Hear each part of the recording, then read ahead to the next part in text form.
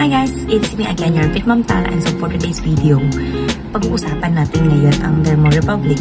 Pero bago yan, mag-subscribe ka muna dito kung hindi ka nakakapag-subscribe pa. And also, i-click mo na rin yung tiny bell button down below para updated ka every time na magpo-post ako ng video. Okay, so ito, sa Dermo Republic, nakagawa na ako ng honest thought ko about this product. So if you haven't watched it, ilalagay ko yung link niya sa baba, okay? So, ito si Dermo Republic, ang laki ng ginawa niyang pagbabago sa buhay ko. So kung napanood yun na yung previous video ko about dito, is ang talaga na naging outcome niya sa akin. So ngayon, since preggy mom ako, so in-ensure ko na lahat ng gagamitin ko, lahat ng kinakain ko, lahat ng ini-intake ko is safe sa akin at sa baby ko. Of course, ganun din naman sa ibang pregnant mom at saka sa mga lactating mom.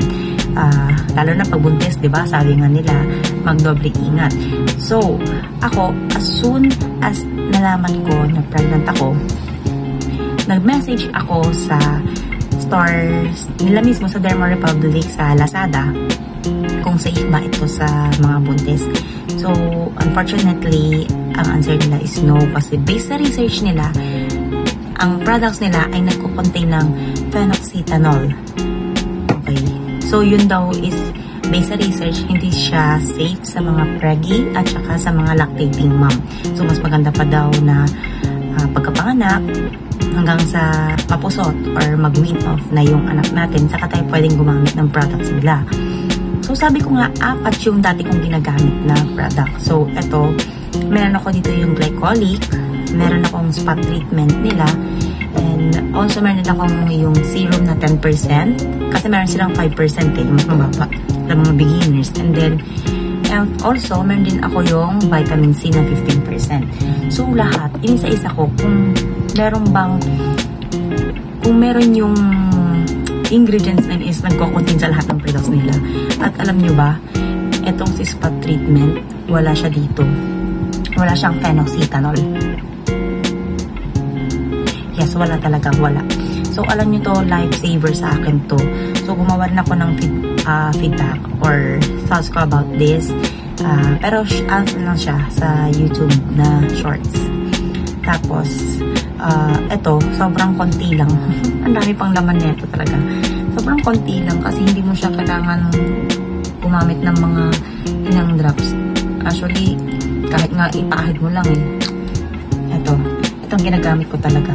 Ang bango-bango pa niya, para siyang talaga essential or sobrang yung amoy niya, nakaka-calm. Pag ina-apply ko to yung anak ko, sabi niya, mami, ang bango-bango naman yan. Kano siya. So, disclaimer lang, hindi po ako expert when it comes to mga products. So, sinasabi ko lang dito, based sa akin sa experience, sa aking research, at saka every time na mga may gagamitin kayo, mas okay pa rin kung magkukonsult tayo sa OB-GYN natin. Mas maganda pa rin kasi sila yung mas nakakaalam.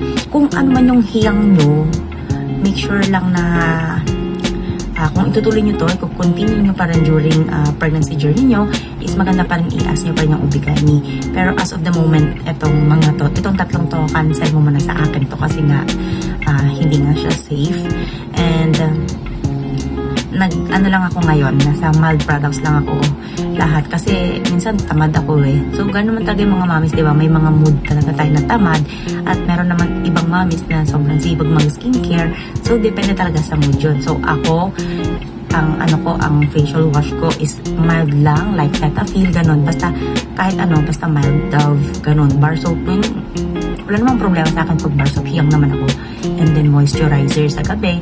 Tapos, sunscreen sa umaga. And currently, ginagamit ko ngayon is yung Bello sunscreen na may whitening. Yun yung gamit ko kasi yun yung natira. So, yun lang ang ginagamit ko ngayon. And, yun lang. Consult your OB-GYN first. So, sana naka-help tong short video ko about the product. See you soon sa next na video ko. Yun lang. Bye!